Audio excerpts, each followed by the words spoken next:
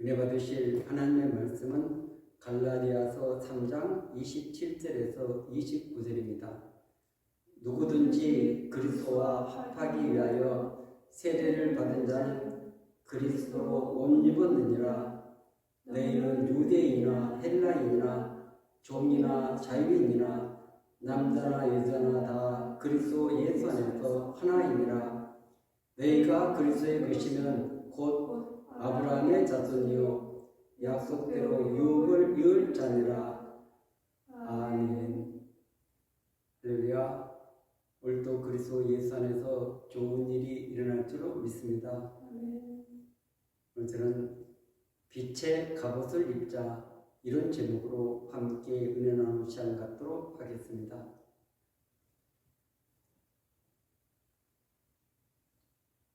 10월 마지막 주일은 종교개혁 주일이었습니다.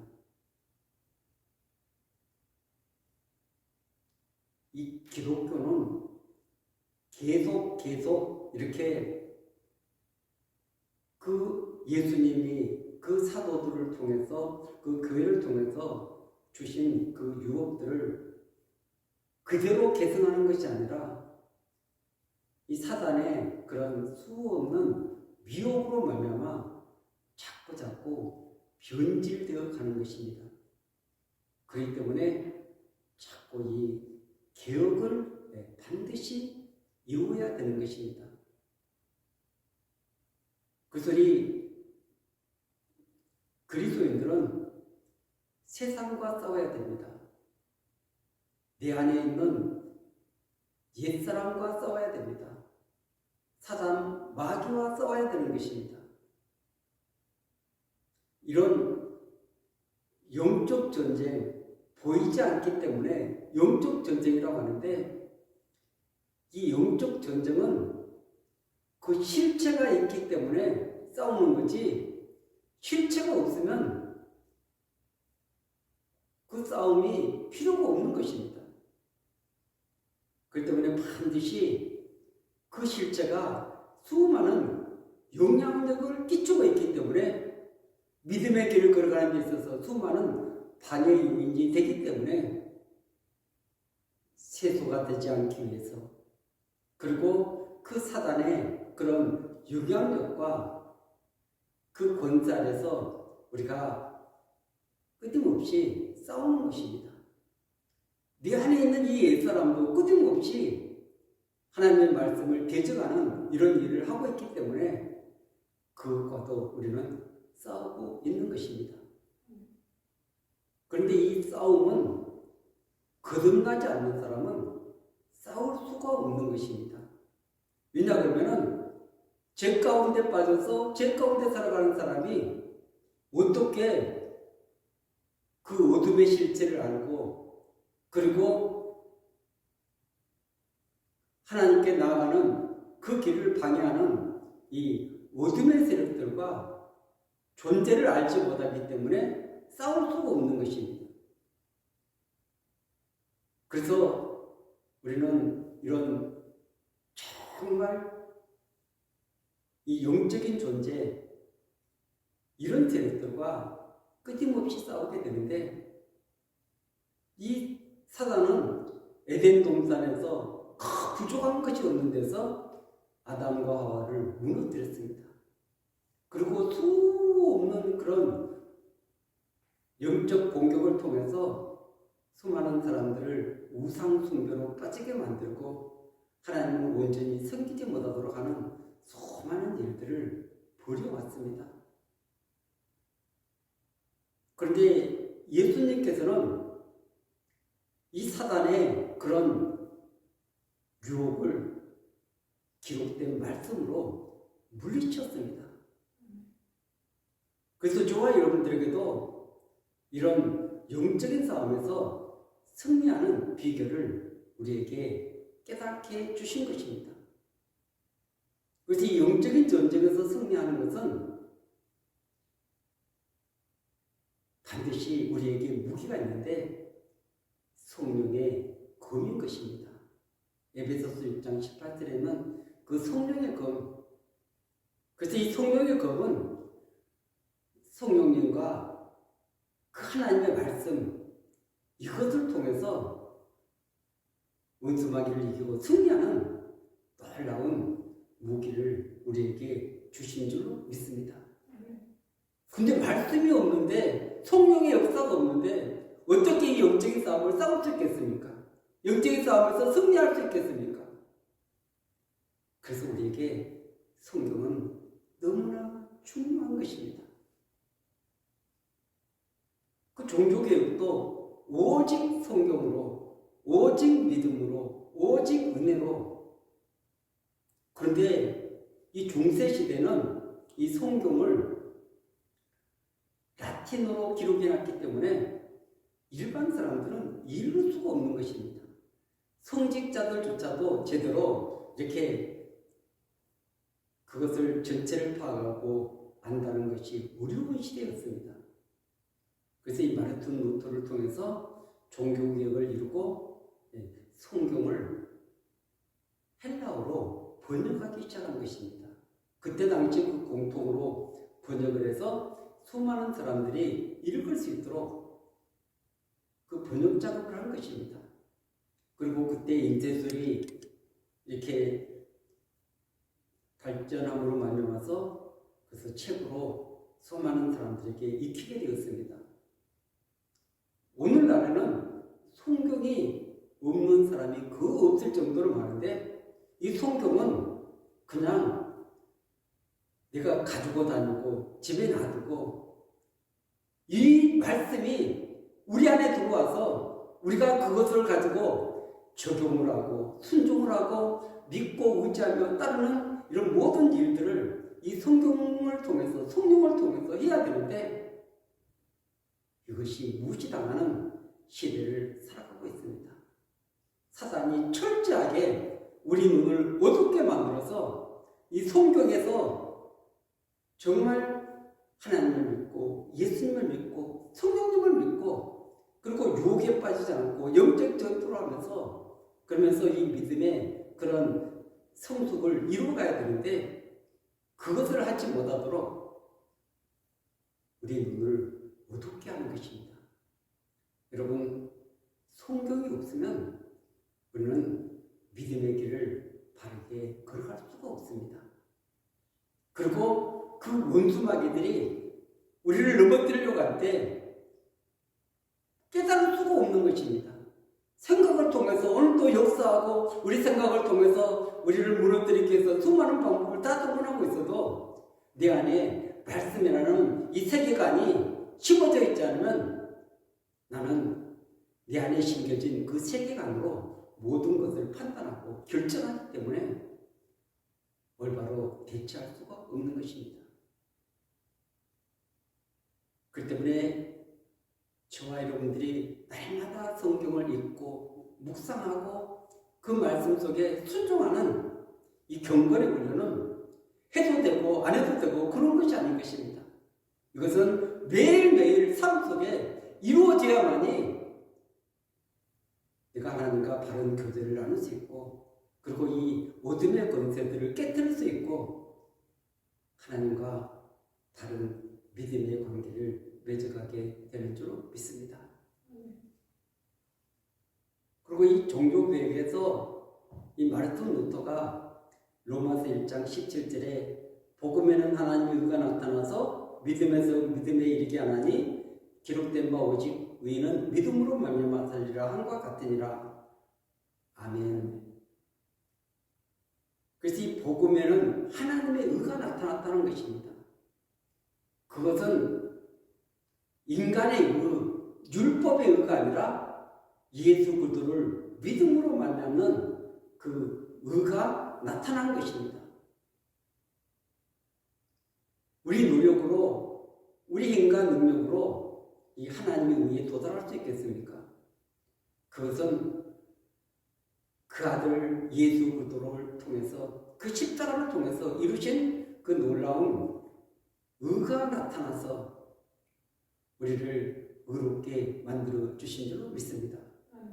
그 의를 던집은 자들이 지금 믿음에서 믿음에 이르게 하나니 이 말씀은 지금 믿음이 시작해서 계속 그 믿음은 지금 성장해 갈 것을 말씀하고 있는 것입니다.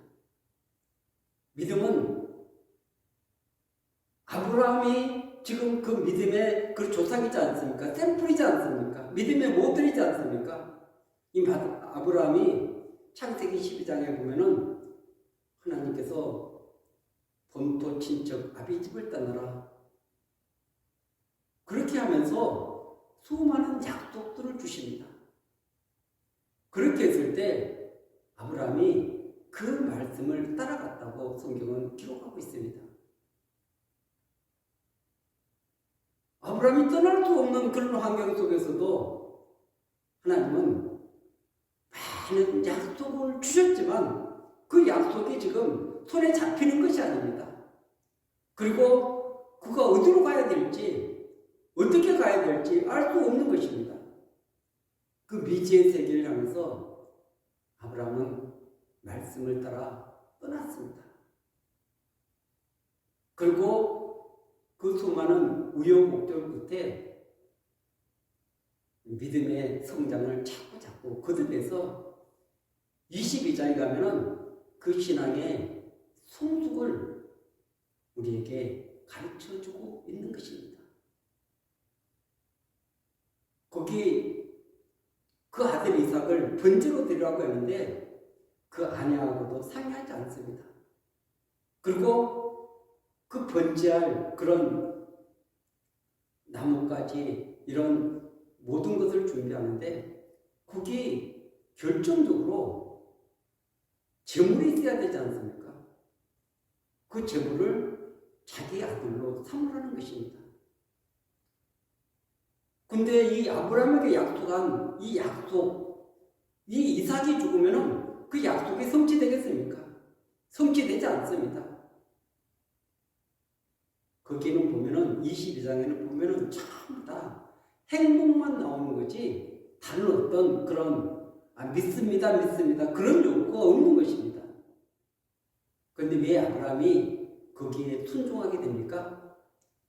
그것은 이미 자신은 죽었기 때문에 자신의 자아가 죽었기 때문에 단 한마디 그런 의문도 가지지 않고 질문하지 않고 그 일을 진행하는 모습을 보게 되는 것입니다.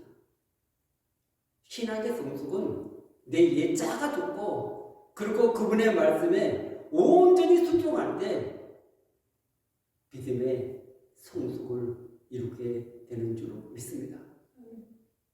그렇기 때문에 이 믿음은 자꾸 커가는 것입니다. 그래서 야고보서 2장에 행함이 없는 믿음은 죽은 믿음이다. 그것은 지금 이 믿음이 자꾸 성숙해서 그래서 어떤 믿음에 도달할 것을 우리에게 말씀하고 있는 것입니다.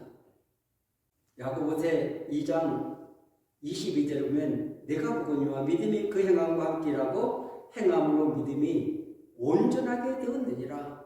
이 말씀은 지금 믿음이 도달해야 될 목표가 있다는 것입니다. 목적지가 있다는 것입니다. 시작을 해서 그 목적지를 향해서 가고 있는데 지금 믿음으로 의롭다함을 받아가지고 많은 분들이 지금 입만 가지고 신앙생활을 하게 되는 것입니다. 여러분 그것은 신앙생활이 아니에요. 영적 싸움이 될 수 있겠습니까? 그리고 하나님의 말씀이 살아있는데 나를 통해서 역사를 해야 되는데 역사할 수가 없는 것입니다. 그렇기 때문에 이 행함은 말씀은 행함으로 나타나는 것입니다. 내 삶을 통해서 나타나는 것입니다. 그 내 삶을 통해서 나타나지 않는 것은 진짜 믿음이 될 수가 없는 것입니다. 그래서 오늘 이 갈라디아서에서 침례에 대해서 말씀하고 있는데 그래서 이 침례가 물침례인가 성령의 침례인가 이렇게 의문을 가진 사람들이 있습니다. 근데 여기서 말씀하는 것은 성령의 침례를 말하고 있는 것입니다. 왜냐 그러면은 25절에 보면 믿음이 온 후로는 우리가 초등교사에 있지 아니하도다. 너희가 다 믿음으로 말미암아 그리스도 예수 안에서 하나님의 아들이 되었으니. 믿음이 온 후라. 이것은 성령의 역사가 없으면 믿음이 온전해질 수가 없습니다. 하나님을 온전히 믿을 수 없는 것입니다. 그렇기 때문에 믿음이 온 후라는 말씀은 지금 성령이 오셨기 때문에, 성령 세례가 있었기 때문에 그것이 가능한 것입니다. 그리고 여기서 그리스도로 옷 입었다 이 말씀도 지금 물침례를 가지고는 그리스도의 옷을 입을 수가 없는 것입니다. 빛의 갑옷을 입은 자, 오늘 제목인데 여러분, 빛의 갑옷은 그냥 물세례를 받는다고 그것이 우리에게 입혀지는 옷이 아닌 것입니다. 반드시 빛이신 예수 그리스도가 우리 안에 오실 때만이 우리 안에 우리가 빛의 갑옷을 입게 되는 것입니다. 그래서 오늘 27절은 누구든지 그리스도와 합하기 위하여 세례를 받은 자는, 아멘. 그리스도와 연합, 이것은 그리스도의 죽으심과 연합하고 그리스도의 장사되심과 연합하고 그리스도의 부활과 연합하는 이 세 단계가 있는 것입니다. 그것을 절기로 말하면 유월절, 초실절, 오순절. 그래서 반드시 주님은 십자가에서 혼자 돌아가셨는데, 그래서 내가 그리스도와 연합해서 죽고 그리스도와 연합해서 장사 지내고 그리스도와 연합해서 다시 부활해서 새 생명 가운데 거하게 되는 이 놀라운 역사가 성령 침례를 통해서 우리에게 이루어지는 것입니다. 이 함께 역사가 없는 한 우리는 새로운 삶을, 새로운 피조물이 될 수 없는 것입니다. 반드시 성령의 침례를 통해서 우리는 반드시 그리스도로 옷 입어야 되는 줄 믿습니다. 이 부분을 로마서 13장에 보면은 13장 12절에 밤이 깊고 낮이 가까웠으니 그러므로 우리가 어둠의 일을 벗고 빛의 갑옷을 입자. 낮에와 같이 단정히 행하고 방탕하거나 술 취하지 말며 음란하거나 호색하지 말며 다투거나 시기하지 말고 오직 주 예수 그리스도로 옷 입고 정욕을 위하여 육신의 일을 도모하지 말라. 아멘. 12절에 밤이 깊고 낮이 가까웠으니 그러므로 우리가 어둠의 일을 벗고 빛의 갑옷을 입자. 아멘. 예수 그리스도로 우리가 옷 입었기 때문에 빛의 갑옷을 입은 것입니다. 그 입은 사람들은 지금 방탕하거나 술 취하지 말며 음란하거나 호색하지 말며 다투거나 시기하지 말고 오직 주 예수 그리스도로 옷 입고 정욕을 위하여 육신의 일을 도모하지 말라, 이렇게 말씀하고 있는 것입니다. 왜냐하면 빛의 갑옷을 입었기 때문에 이런 것은 다 어둠의 일이기 때문에 그렇습니다. 이 어둠의 일을 벗어버린 자들이 빛의 갑옷을 입은 사람들인 줄로 믿습니다. 그래서 이 침례를 통해서, 성령의 침례를 통해서 이런 의의 옷, 그리고 지금 이 흰 옷, 의의 옷, 빛의 갑옷, 이 옷을 입었기 때문에 어둠이 오면은 금방 느낄 수 있습니다. 깨달을 수 있습니다. 그래서 이런 세력들과 우리는 싸울 수 있는 것입니다. 그리고 오늘 29절은 너희가 그리스도의 것이면 이렇게 말씀하고 있습니다. 지금 그리스도와 연합해서 침례를 받은 그리스도로 옷 입은 사람들은 그리스도의 소유가 되었다는 것입니다. 그래서 이 침례를 통해서 그 사람의 소속이 누구인가, 어디에 속했는가, 그리고 그 신분은 그 나라에서 어떤 신분인가, 이런 모든 것을 가르쳐주고 있는 것입니다. 마귀에게 속했다가 이제는 하나님께 속한 존재가 된 것입니다. 마귀의 종로로 하던 존재가 이제는 하나님의 아들이 되어서 그 하나님의 나라를 유업으로 받을 수 있는 그런 상속자가 되었다고 말씀하고 있는 것입니다. 하늘과 땅 같은 그런 엄청난 변화의 역사가 인간의 노력에 의해서 이루어진 것이 아니라 성령의 침례에 의해서 이루어진 것입니다. 그래서 이런 상속자가 되었으면, 그리스도의 소유가 되었으면 우리는 어떻게 살아야 되는가? 그런 부분을 4장, 5장, 6장 이렇게 다루고 있는 것입니다. 5장에 가면은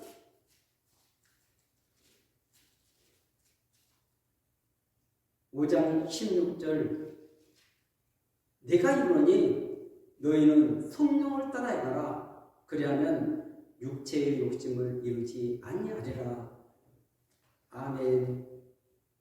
그래서 이 부분을 현대의 성경에서는 여러분에게 권합니다. 오직 성령께서 인도하시는 대로만 따르십시오. 성령께서는 여러분이 어디로 가야 할지 또 무엇을 해야 할지를 가르쳐 주실 것입니다. 성령께서 인도하시는 대로만 따라 살면 여러분은 육체의 욕망에 끌려다니는 짓 따위는 하지 않게 될 것입니다. 아멘. 그래서 이 성령의 침례를 받고 성령의 다스림 안에서 오직 성령께서 인도하는 대로만 따라서 살라고 우리에게 권면하고 있는 것입니다. 우리 안에는 이 두 싸움이 있는 것입니다. 육체의 욕망, 성령의 소욕. 그래서 이 두 가지가 싸울 때 우리는 육체의 욕망에 대해서는 이미 죽은 자다. 나는 거기에 반응하지 않아. 오직 성령께만 반응할 거야. 성령의 인도를 따르는 그런 삶을 살아가는 자들이 로마서 8장에서는 하나님의 아들이다 말씀하고 있는 것입니다. 갈라디아서 5장 17절을 현대어 성경은 우리는 성령께서 바라시는 것과는 정반대로 악한 일 하기를 좋아하는 본성을 지니고 있습니다.